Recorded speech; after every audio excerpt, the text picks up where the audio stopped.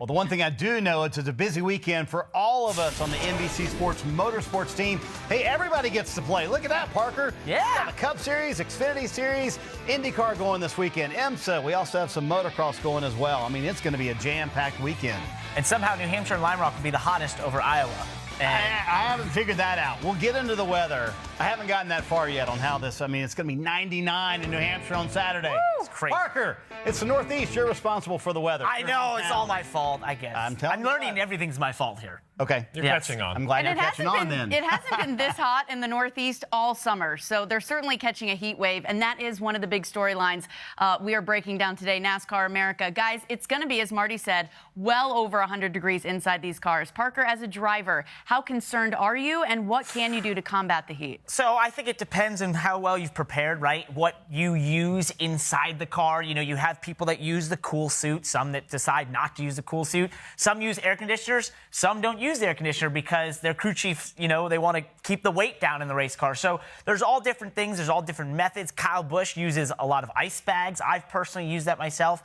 But there's no real way to prepare. When you have this kind of heat, you just have to almost convince yourself, okay, here's how long the race is. Here, hopefully we have a good car, because when things are going well, it's easier, but you worry about the guys having a bad day. The car that's not running well, they're 22nd place, they're struggling. That's when that heat seeps in, and it mentally just breaks you down in so many ways. So I will say, for once, I'm kind of happy not to be in the car this weekend, and I'll let the other guys, you know, take over for that. So, well, I know if you're looking at your crew chief for help, you're not going to get much, because we already have enough on our plates. In our mind, it's up to you as the race car driver. You have to be prepared. You have to come up with a plan. Now, you can recruit the interior mechanic, whoever's responsible for the cockpit with you, and make sure they have what you may need on Sunday, whether it is those ice packs you mentioned or a towel, whatever type of things you think will help you stay cool. But in the end, the only thing I'm going to prepare myself for is to make sure I'm there to coach my driver down, because it is a short track. This argument goes to every driver, but Martinsville, there will be contact. The restarts will be crazy.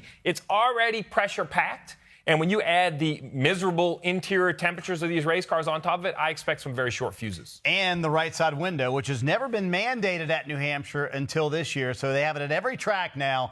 It's going to make it even hotter. And just to add on to that, it's you know, that's been a discussion within the sport, I think, for a lot of drivers, is when we went to Sonoma, it was incredibly hot. And you also have that pan that we run underneath the engines now. We're running the engines hotter than ever. So all that hot air has nowhere to escape. So these cars, I mean, I burnt my foot at Daytona. I haven't done that in years, because these cars are so incredibly hot now. Well, it's simple. Just go over to the thermostat, turn it up about 15 more degrees. That's what's going on. Yeah, I hear the pit box has ice cream, you know, delivery service. While you're giving Parker snacks, with that right side window, how much hotter does that make the car than previous years? Well, basically, imagine this, right? Turn the heat on in your car and drive down the interstate. Roll one window down, two windows down. It feels like you have a little bit of cool air coming in. It's a little bit of relief. But when you put that right side window in, roll the windows up, because even though the left side's open with that window net, very little air gets in that. And without the right side being open to kind of let the air move across the car, it is completely stagnant. It's like no breeze. So I expect 10, perhaps even 15 degrees warmer inside the car with that window in.